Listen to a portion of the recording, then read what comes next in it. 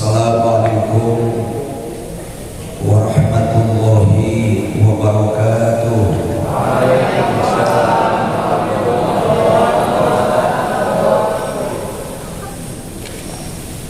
Bismillah walhamdulillah wassalatu wassalamu ala man la nabiyya wa la rasula ba'dah Sayyidina wa habibina wa syafi'ina wa maulana Muhammad sallallahu alaihi wasallam wa ala alihi wa ashabihi wa mawala. Asyhadu an la ilaha illallah wahdahu la syarika lah wa asyhadu anna Muhammadan abdun rafa'a majdah wa rasulun anjaza wa'dah. Amma ba'd. Faqala ta'ala fi kitabihil azizil karim, a'udzu billahi minasy syaithanir rajim. Bismillahirrahmanirrahim. Ya ayyuhalladzina amanu dzkurullaha dzikran katsiran wasabbihuhu bukratan wa asila. Sadaqallahul azim. Wa qala an-nabiy sallallahu alaihi wasallam, kullu ummati yadkhuluna al-jannata illa man aba. Qalu faman yaba ya Rasulullah? Qala man ata'ani dakhala al-jannah wa man asani faqad aba. Wa qala ta'ala fi hadits qudsi, man lam yashkur ala na'mai wa lam yasbir ala balai falyakhruj min tahti samai wal yaqlub rabban siwaya. Yang sangat saya hormati Pak Damilanun Wiryadinata, yang saya hormati Bapak Dandim 0612 Tasikmalaya, yang saya hormati Bapak Kapolresta Tasikmalaya, para sesepuh, para pimpinan pesantren, Bapak Wali Kota yang diwakili oleh Asda 2, kemudian bapak-bapak yang mohon maaf tidak saya sebutkan satu persatu dengan tidak mengurangi rasa hormat saya, para santri, adik-adik kita, dan seluruh para pimpinan pesantren yang malam hari ini berkenan hadir di tempat ini. Secara pribadi saya mengapresiasi kegiatan ini Pak Danlanun serta para pimpinan yang ada di kota Tasikmalaya sepakat mengadakan kegiatan malam ini di tempat ini dengan tema Istighosah Kubro akhir tahun 2022. Insya Allah hanya tinggal hitungan hari kita akan memasuki tahun Masehi yang baru 2023, yang kebetulan 2023 yang akan datang 2024 sudah memasuki tahun politik yang biasanya kalau sudah memasuki tahun politik suhu biasanya sedikit memanas, tetapi khususnya untuk di tataran kota Tasikmalaya dan sekitarnya, kita mengharapkan Tasikmalaya sejuk, tetap kondusif, semua kegiatan tetap berjalan dengan baik, karena tahun politik itu sudah biasa. Memilih pemimpin yang baru itu pasti. Jadi tidak ada bedanya dengan tahun-tahun yang lalu, seperti tahun politik sudah biasa terselenggara di setiap negara yang berdasarkan republik, termasuk di negara kita Indonesia, asal semuanya warga masyarakat berpikir positif, berpikir dewasa. Tahun politik bukan ajang perseteruan. Tahun politik bukan berarti harus meningkatkan suhu keadaan menjadi tidak kondusif. Justru dengan adanya tahun politik mendewasakan kita semua demi bangsa Indonesia ke depan yang jauh lebih baik, insya Allah. Hadirin sekalian, sebelum sampai kepada acara tersebut, istighotsah dan doa bersama, perlu saya sampaikan sedikit. Allah Subhanahu wa taala berfirman kepada baginda Nabi Muhammad sallallahu alaihi wasallam, tanpa melalui malaikat Jibril. Itu yang disebut hadis qudsi. Allah berfirman, "Man lam yashkur ala na'mai wa lam yasbir ala balai falyakhruj min tahti samai wal yatlub rabban siwaya." Yang artinya kurang lebih, barang siapa yang tidak mau bersyukur atas nikmat yang telah aku berikan, dan barang siapa yang tidak bersabar ketika menghadapi berbagai ujian dan cobaan, maka Allah Ta'ala sangat marah, Allah Ta'ala sangat murka kepada manusia yang tidak mau bersyukur atas nikmatnya, yang tidak sabar terhadap ujian dan balainya. Sampai Allah mengatakan, "Falyakhruj min tahti samai wal yatlub rabban siwaya."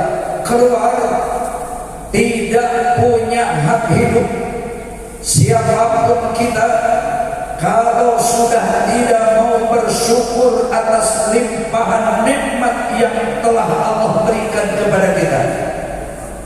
Apabila manusia sudah hilang kesabaran menghadapi ujian, musibah, bencana yang Allah timpakan berikan kepada kita, kata Allah, silahkan keluar, cari langit yang lain dan cari Tuhan selain aku.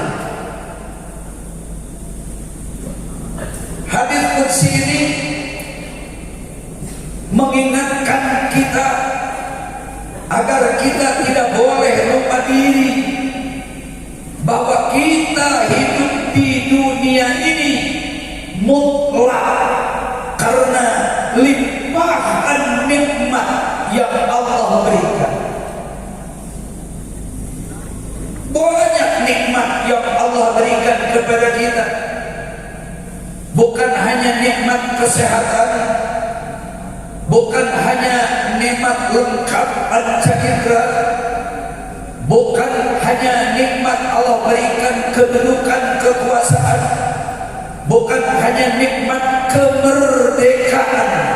Lebih daripada itu, Allah memberikan miliaran nikmat yang diberikan kepada kita, yang kalau Allah tuntut kita harus bayar terhadap nikmat. Saya yakin tidak ada seorang pun manusia yang terkaya di dunia ini harta kekayaannya cukup untuk membayar nikmat Allah Subhanahu wa taala. Makanya dalam pertemuan malam hari ini, selain istighosah kubro, syukur akhir tahun, bangsa Indonesia hari ini sedang menangis. Musibah di sana sini, tetangga kita di Kabupaten Cianjur, khususnya di wilayah 12 kecamatan di Kabupaten Cianjur, hari ini telah luluh lantak. Puluhan ribu rumah hancur sama sekali rata dengan tanah. Ratusan saudara kita kehilangan nyawa, kehilangan keluarga. Banyak di Cianjur yang hari Ahad atau hari Minggu masih hidup kaya raya bergelimang harta kekayaan. Hari Senin berselang satu hari, mereka telah menjadi manusia yang miskin bin miskin karena kehilangan tempat tinggal, rumah ambruk, kendaraan rusak hilang, bahkan kehilangan nyawa anggota keluarga. Kebetulan saya mewakili beberapa pondok pesantren dari Tasikmalaya, kabupaten dan kota, tepatnya di Kecamatan Cugenang. Saya membuka posko dan banyak puluhan posko yang oleh para pimpinan pesantren bangun hari ini untuk menolong kawan-kawan kita, saudara-saudara kita seagama, saudara-saudara kita sebangsa dan setanah air yang hari ini mereka sedang menangis, merintih karena kehilangan anggota keluarga. Bukan hanya sekedar kehilangan rumah tempat tinggal, bukan hanya sekedar kehilangan kendaraan, tetapi kehilangan nyawa keluarga. Hari ini tetangga kita di Cianjur banyak ratusan anak yatim karena ibu bapaknya wafat tertimpa reruntuhan. Banyak istri-istri yang janda karena kehilangan suami, tetapi jandanya janda tua namanya. Alhamdulillah, sebagai informasi kepada Pak Kapolres, karena kebetulan saya berangkat ke Cianjur membawa anggota Polri juga dan bekerja sama di sana dengan Pak Kapolres Kadoni di Cianjur, saya telah menyalurkan bantuan khusus yang saya terima melalui posko pondok pesantren yang saya pimpin. Baru satu posko Miftahul Khair dan Hisaminya sudah kurang lebih 1 miliar rupiah yang sudah saya bagikan kepada teman-teman kita, baik berbentuk uang, berbentuk makanan, berbentuk pakaian, selimut, terpal, kemudian membangun beberapa tenda tanpa melihat perbedaan agama. Hari ini di Cianjur sedang hujan air mata. Kebetulan saya bermaksud pulang dulu ke Tasikmalaya, insya Allah. Ini juga laporan kepada komandan kita. Esok hari Sabtu saya akan melanjutkan kegiatan di Cianjur, wabil khusus pertama membantu dan menolong yang kita bisa bantu mereka. Kemudian juga saya bawa misi dakwah juga untuk memberi support agar iman dan Islam mereka tidak goyah. Ini sebagai fakta bukti. Belum selesai pandemi COVID-19 yang menimpa seluruh dunia termasuk bangsa kita Indonesia. Tidak kurang dari 2 tahun bangsa kita dilanda COVID-19 yang cukup menggoyahkan bangsa Indonesia. Bahkan ekonomi Indonesia banyak anjlok. Termasuk menurut informasi, sekolah penerbangan di Lanun Widya Dinata hari ini tertunda selama COVID 2 tahun. Dan ini bukti termasuk beberapa pesawat yang bisa dipakai dan ini adalah layak terbang. Tetapi karena imbas dari musibah, Allah memberikan cobaan berupa penyakit COVID-19 sampai sekolah penerbangan 2 tahun sampai hari ini belum bisa dilanjutkan. Penerbangan komersial di Lanun Widya Dinata ini juga belum bisa disambung kembali. Artinya ini bukti tidak ada yang sangat kuat kecuali Allah Subhanahu wa Ta'ala. Jikalau kita menyadari kita hidup di dunia tidak ada apa-apanya, jangankan kedudukan, kekayaan, pengetahuan, sebetulnya ruh kita, nyawa kita bukan milik kita, bukan kepunyaan kita. Ruh kita yang hari ini kita masih bisa menghirup udara segar, itu mutlak kepunyaan Allah. Kita hanya tertitipi. Saya sering konsultasi dengan beberapa dokter spesialis.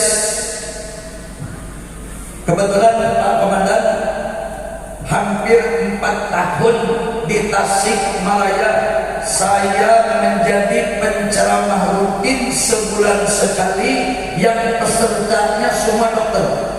IDI, Ikatan Dokter Indonesia yang ada di Kabupaten dan Kota Tasikmalaya itu digabung menjadi satu. Setiap 1 bulan sekali itu ada pengajian rutin dan saya penceramahnya. Jadi saya banyak sering menimba ilmu. Kalau mereka dokter para medis butuh penyegaran tentang sentuhan religi, tentang Al-Quran, tentang bagaimana halawatul iman, mereka banyak belajar kepada kiai, kepada ajengan, kepada ulama, bagaimana sholat yang baik, bagaimana amal yang baik, bagaimana saum yang baik, bagaimana sholat sunat yang baik, bagaimana haji umroh yang baik, bagaimana berperilaku bermasyarakat, berbangsa, bernegara yang baik. Saya pun banyak belajar tentang ilmu kesehatan. Salah satunya yang saya tidak akan lupa kecuali Allah yang memberikan lupa. Ternyata setiap kita, setiap manusia tanpa terkecuali, kaya atau miskin, pejabat atau rakyat, sampai rakyat jelata pun, dewasa atau anak-anak, mustahil manusia bisa hidup di dunia. Jangankan sehari semalam, 1 menit kita akan sibuk, repot, susah payah untuk bernapas, mempertahankan hidup. Secara teori, kalau Allah tidak berikan 12 liter oksigen untuk setiap manusia bisa bertahan hidup 1 menit. Jadi kita ini setiap 1 menit kita hidup menghabiskan oksigen untuk menghirup udara segar 12 liter. Kita hidup 10 menit menghabiskan oksigen 120 liter. Kita hidup 1 jam berarti menghabiskan oksigen 720 liter. Itu baru 1 jam. Kita hidup sehari semalam, kita hidup 1 bulan, kita hidup 1 tahun, tinggal hidup menghabiskan berapa juta liter oksigen untuk kita bisa hidup di muka bumi. Apa kira-kira kita jadi Kapolres, jadi Dandim, jadi komandan Pangkalan Udara bisa nikmat seandainya Allah tidak berikan oksigen yang baik? Minimal kita akan punya penyakit sesak napas, asma alias bengek. Kalau Allah stop napasnya, kita akan mati. Dengan gampang saja Allah yang maha segala-galanya, Allah pemilik alam semesta ini, Allah hentikan stop 12 liter oksigen per 1 menit. Kalau Allah stop 720 liter oksigen, kita hidup dalam waktu 1 jam tidak bernapas. Kita tidak bisa membayangkan. Jangankan 1 bulan, 1 tahun kita kesulitan bernapas. 24 jam kita sesak napas. Setengah mati minta ampun. Jabatan yang tinggi tidak bisa menolong. Jenderal bintang 4 sekalipun tidak akan berdaya. Siapa yang memberikan oksigen? Kalau bukan Allah Subhanahu wa Ta'ala. Ini seyogyanya manusia di dunia sadar tentang ini. Jangankan kita berpikir nikmat punya kedudukan, punya ilmu pengetahuan, kita punya duit, kita punya deposito berjangka, kita kaya raya, kita punya fasilitas hidup, kita punya rumah megah. Ternyata banyak orang yang kurang mengerti, padahal nikmat Allah itu terlalu besar. Kalau nikmat ini Allah tuntut, setiap kita wajib bayar pajak. Kalau Allah meminta setiap nikmat kita harus bayar ganti rugi dengan materi. Kalau setiap nikmat Allah tuntut harus bayar sewa dengan materi, dengan uang. Berapa miliar kita harus punya uang untuk biaya hidup dalam waktu 1 tahun. Oleh karena itu Allah wajar, sang pemilik alam semesta ini yang memberikan kenikmatan kepada kita. Allah tidak menuntut apa-apa. Tidak ada nikmat Allah yang harus dibayar dengan materi. Tidak ada nikmat Allah yang harus dibayar pajak dengan uang. Tidak ada nikmat Allah yang harus dibayar dengan ganti rugi. Allah cuma minta satu. Apa yang Allah minta kepada kita? Waskuruli wala takfuru. Allah cuma minta syukur. Kata Allah, hai manusia, jadi apapun kita, apapun profesi kita, dari atasan sampai bawahan, dari yang kaya sampai yang miskin, pengusaha atau pejabat, aku Allah yang memberikan nikmat segala-galanya. Aku hanya minta kalian bisa mampu bersyukur atas nikmat yang telah aku berikan. Apa itu syukur? Patuh, taat, sujud, terutama lakukan sholat 5 kali sehari semalam. Kalau sudah bisa sholat 5 kali sehari semalam, tambahkan syukur kita. Mudah-mudahan mampu sholat jadi 8 kali. Zuhur, asar, maghrib, isya, subuh, tambah tahajud, tambah duha, tambah sholat witir. Itu adalah bentuk syukur kita.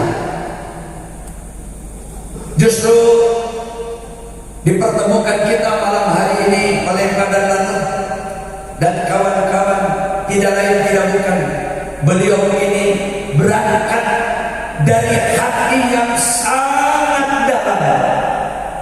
Allah sedang mengingatkan kita semua. Maka beliau mengadakan kegiatan acara malam hari ini dengan judul Istighosah Kubra menutup akhir tahun 2022, menjemput tahun 2023 yang akan datang. Mudah-mudahan Allah menjaga kita semua, memberikan nikmat kepada kita zahir dan batin, memberikan keamanan, mobil khusus Allah berikan nikmat bangsa Indonesia dalam bingkai NKRI yang utuh.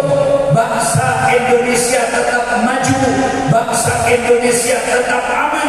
Mudah-mudahan masyarakatnya, rakyatnya, ekonominya bisa bangkit kembali seperti semula, bahkan jauh lebih mapan ekonomi bangsa Indonesia. Amin ya Allah ya Rabbal Alamin. Tanpa syukur mustahil harapan dan cita-cita akan bisa tercapai. Tanpa syukur mustahil keamanan akan bisa tercapai dengan kondusif. Tanpa syukur mustahil kehidupan manusia bisa tentram, aman, subur dan makmur. Tanpa syukur mustahil dunia ini bisa aman. Tanpa syukur mustahil sebuah bangsa dan negara bisa maju. Hanya penduduk bangsa yang pandai bersyukur yang mendatangkan rahmat Allah. Hanya penduduk negeri yang pandai bersyukur kepada nikmatnya yang telah Allah berikan, itu yang mengundang kesejukan, keamanan dan ketentraman. Allah berfirman di dalam salah satu ayat Al-Quran, Allah akan menghukum manusia dengan berbagai bencana, dari mulai kemarau berkepanjangan, kebakaran, banjir bandang, angin puting beliung, sampai kepada gempa bumi. Itu pasti akan terjadi apabila manusia satu sudah tidak mau mensyukuri nikmat Allah dengan baik dan benar. Yang kedua, apabila manusia telah memainkan agama Allah, agama Islam, memainkan kata-kata iman, mempermainkan, mengolok-olokkan Islam, mempermainkan dan mengolok-olokkan Al-Quran, tidak ada yang mampu menyelamatkan dunia, bangsa dan negara ini kecuali mutlak hanyalah Allah Subhanahu wa Ta'ala.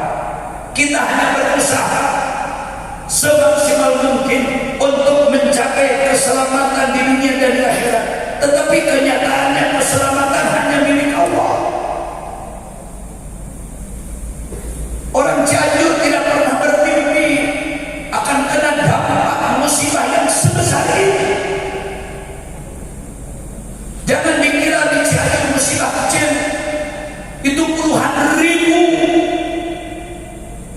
masyarakat kehilangan rumah, kehilangan tempat tinggal, bahkan ratusan pondok pesantren hancur. Bahkan ada yang kiainya meninggal karena tertimpa reruntuhan. Ada juga istri kiai yang meninggal tertimpa reruntuhan. Termasuk sahabat saya, saudara saya di Cianjur, suaminya alhamdulillah bisa menyelamatkan diri, tetapi istrinya mati karena tertimpa reruntuhan 3 lantai. Kebetulan saat itu sedang mengajar, habis sholat kemudian mengajar anak-anak, sedang mengaji karena terjadi gempa pertama itu kurang lebih jam 13.30 atau setengah 2 setelah sholat zuhur. Jadi di pesantren sedang mengadakan pengajian, tiba-tiba goncangan 5,6 skala Richter tidak bisa dielakkan, dan itu sekaligus datang tanpa ada aba-aba.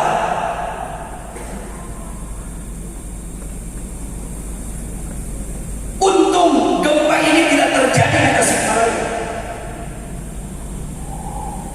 Kalau terjadi di Tasik, kira-kira tangan manusia yang akan mampu menolak? Apakah ada kekuatan manusia yang bisa menolak agar tidak terjadi gempa bumi? Profesor Dr. Mayangan yang bisa melawan gempa bumi. Dan saya yakin yang namanya angin, api, gempa, air, itu semua jundullah, tentara Allah, yang mustahil air bisa bergerak, mustahil angin bisa bergerak dengan kekuatan yang sangat dahsyat. Sama dengan gempa bumi, mustahil terjadi kalau bukan Allah yang menggerakkan. Tetapi ingat, di balik itu pasti ada hikmah, banyak pelajaran. Mudah-mudahan Tasikmalaya tidak terjadi gempa. Amin. Walaupun, mohon maaf, walaupun Bapak Ibu jangan menutup mata, termasuk para santri. Di Tasikmalaya ini walaupun terkenal Tasik kota santri, kota pesantren, memang iya. Kalau melihat mata Kabupaten dan Tasikmalaya, Kabupaten dan kota Tasik itu lebih dari 568 pesantren yang resmi terdaftar di Kementerian Agama, resmi punya nomor statistik, dengan kapasitas santri hampir nembus angka 65.000 Pak.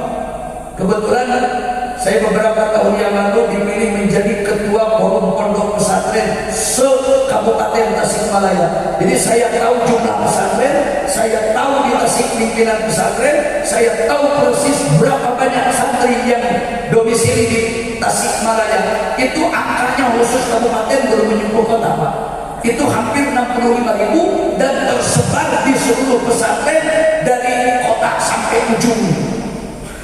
65.000 santri yang ada di Tasikmalaya itu yang datang dari Jawa Tengah, Jawa Barat, dari Kalimantan, dari Bengkulu, dari Jambi, dari Sulawesi, bahkan ada yang datang dari luar negeri, dari Malaysia.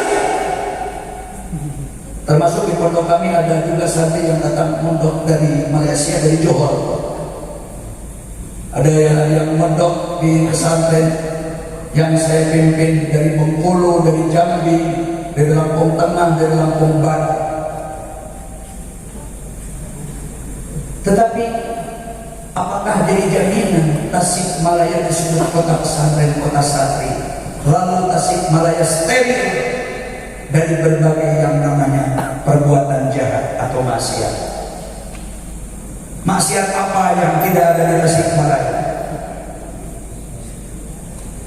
Dari mulai peredaran narkotika, mohon maaf ini Pak Kapolres yang punya data, dengan segala jenis, dari mulai arak putih, whisky, brandy, Manson, Ako, drum, Jennifer, Bugatti, topi miring, cap singa, buatan luar negeri, anggur merah, anggur putih, bir hitam, PBM, PBK, Nifam, Putol, Magadun, Sibil, Coca-Cola, Lexotan, morfin, heroin, ganja, sabu-sabu, ekstasi, jiu, oplosan, dan merek-merek lain. Itu yang saya ingat dan saya hafal.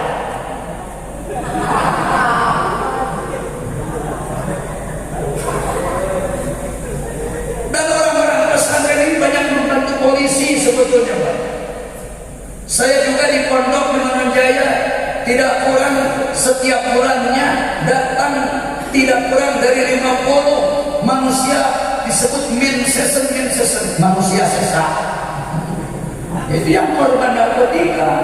Ada mantan residivis, ada mantan narapidana, ada yang sudah menghilangkan nyawa orang lain 2 nyawa, ada yang sudah membunuh 4-5 nyawa. Bahkan saya punya santri yang sangat super istimewa, pernah membunuh 38 nyawa dalam hitungan 1 bulan. Termasuk Presiden Kampak Merah ada di pesantren saya. Dan saya tahu persis gembongnya Kampak Merah ini lahir juga dari keluarga biasa. Bapaknya Kopassus, ibunya Koban. Punya anak cuma 2, laki-laki 2-duanya. Yang satu pas pampres, yang adiknya ini kuliah di Trisakti, sudah sarjana hukum. Karena mungkin dunia seperti itu, jauh dari sentuhan-sentuhan rohani, dan dia punya agama Protestan. Akhirnya hidup kelabakan, terjun di lingkaran hitam, tetapi Allah berikan hidayah. Alhamdulillah hari ini beliau sudah masuk Islam, dan itu keinginan sendiri. Saya tahu aturan tidak mau memaksakan agama kepada orang yang sudah beragama, tetapi pilihan dia sendiri, dia memilih agama Islam. Alhamdulillah. Jadi lo menjeker-jeker hari ini sudah mulai sadar, calagur, ironis kalau di Tasikmalaya mencalakan jadi nuntut gak elok, nunggelok kita nuntut cager, tapi cager jadi hayang elok. Dan Kristen banyak yang masuk Islam, jumlahnya sangat signifikan. Kenapa orang Islam al-hayang bijil tina agama? Ini mohon maaf saya sebutkan, barangkali ini perlu diketahui bagaimana kondisi Tasikmalaya sebenarnya. Di Tasikmalaya ini lahannya subur, dagang apa saja laku, dagang perempuan laku, dagang psikopika laku, dagang perzinahan laku. Ini di Tasik paling laris. Itu sudah biasa, sudah jadi sunnah. Yang banyak kiainya, yang banyak ulamanya, banyak dagangannya. Nabi Muhammad lahir di Mekah, Al-Quran turun 38 surat di kota Mekah. Tetapi kafir yang paling kafir di dunia ini, tidak ada kafir yang paling jahat kecuali kafir Mekah. Al-A'rabu asyadul kufra wa nifaqah. Jadi wajar kalau Tasikmalaya Allah berikan cobaan, tantangan, karena memang Tasik santrinya kuat, pesantrennya kuat, kebersamaannya kuat. Insya Allah Ta'ala dimulai malam hari ini kita duduk bersama pada Dim Kapolresta, pada Lanut, semua para pemimpin Tasikmalaya kumpul sejajar malam hari ini doa bersama. Mudah-mudahan Tasikmalaya jauh ke depan lebih baik daripada tahun-tahun yang lalu. Amin.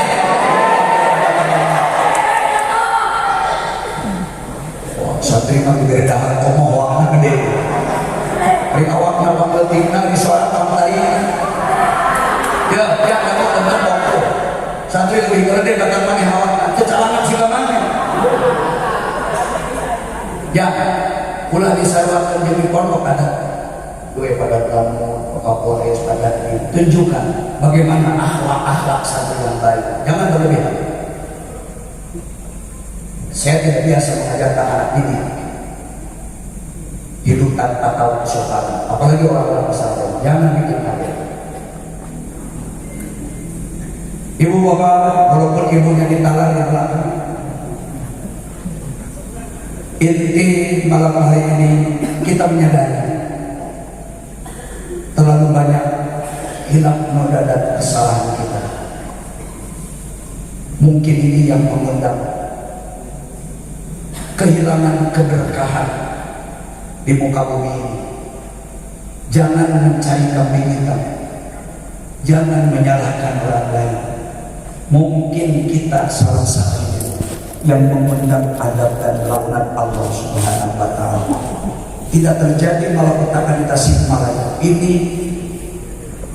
saking sayangnya Allah Ta'ala, sehingga di Tasik bukan Allah tidak bisa membuat goncangan-goncangan bumi yang jauh lebih dahsyat dibanding dengan kabupaten-kabupaten lain. Allah berfirman, "Wa ma kana Allahu liyu'adzibahum wa anta fihim." Selama engkau Muhammad hidup di tempat itu, saya jamin, kata Allah, Allah tidak akan menurunkan azab atau siksa dunia. Ada bencana alam, ada musibah, ada badai, ada dunia, siksa dunia.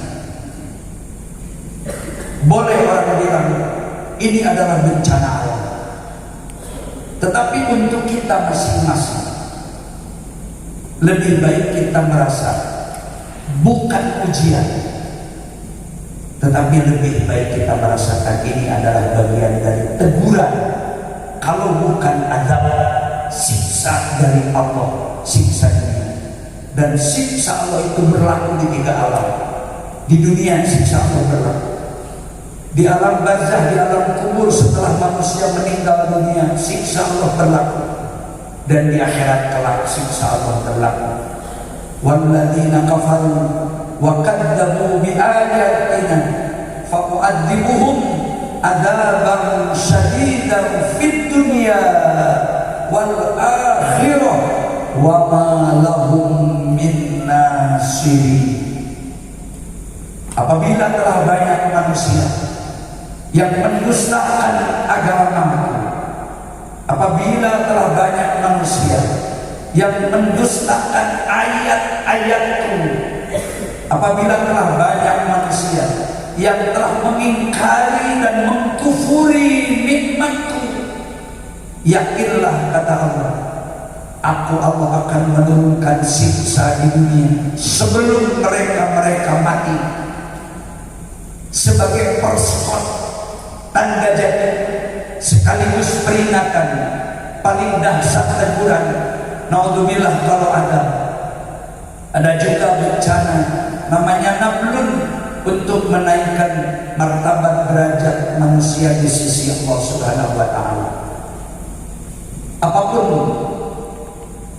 bentuknya, mau balai, musibah, bencana alam, teguran, bahkan adab sekalipun, disitulah hati kita mengakui dengan jujur, dunia ini telah kotor. Sudah banyak orang-orang muslim yang tidak taat terhadap agamanya itu sendiri.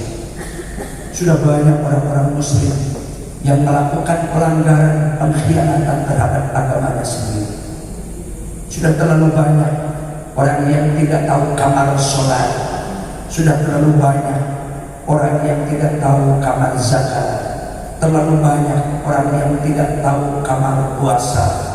Sudah terlalu banyak orang yang tidak tahu kamar haji, kamar umroh. Padahal dia orang-orang muslim tulen. Saya tidak akan berbicara agama di luar Islam, justru kesalahan kita semua.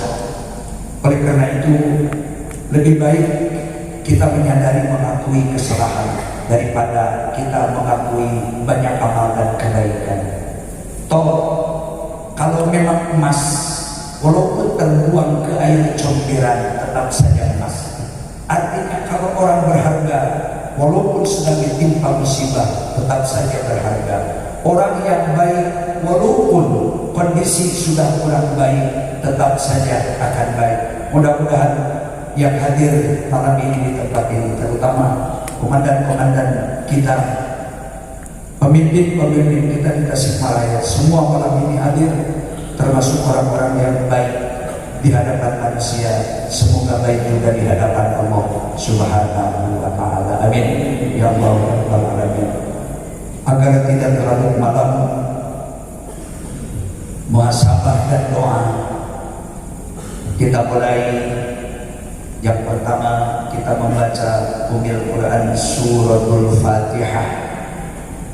Mudah-mudahan misil sawabnya disampaikan kepada baginda junjungan kita Nabi Muhammad sallallahu alaihi wasallam, yang dengan keberkahan dan mukjizatnya kita nanti di akhirat kelak diakui umatnya dan mendapat syafaatnya. Amin.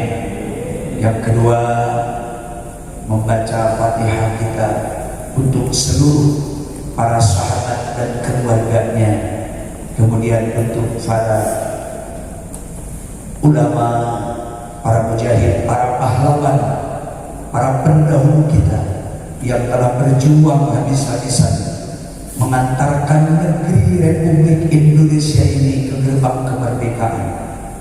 Mereka lah para ulama, para kiai, mayoritas umat Islam yang telah memberikan saham besar untuk kemerdekaan bangsa ini, yang siap menghadapi kolonial penjajah Jepang dan Belanda, khususnya sebelum dan sampai tahun 1945 yang dinyatakan bangsa Indonesia merdeka. Hari ini mereka yang telah berjasa telah berpulang ke pangkuan Sang Maha Kuasa Allah Subhanahu wa taala. Semoga Allah berkenan doa yang akan kita bacakan disampaikan izil thawabnya kepada mereka sesepuh, para pejuang bangsa kita, para pendiri bangsa kita, para pahlawan dan mujahid bangsa kita, dan dengan keberkahannya Allah berikan kita semua umur yang panjang, rezeki yang melimpah, kesehatan, keturunan yang saleh, kehidupan yang tenang, sukses dalam mengerjakan setiap tugas sehari-hari, dan sebagai persiapan kita itulah bekal untuk menghadap Sang Ilahi Rabbi. Saya mohon untuk menundukkan kepala dan hati yang sangat ikhlas. Yakinkan Allah Maha menatap, Allah Maha melihat, dan Allah Maha mendengar. Saat ini kita akan bermunajat, memohon kepada Sang Maha Kuasa. Semoga Allah mengabulkan doa kita semua. Amin.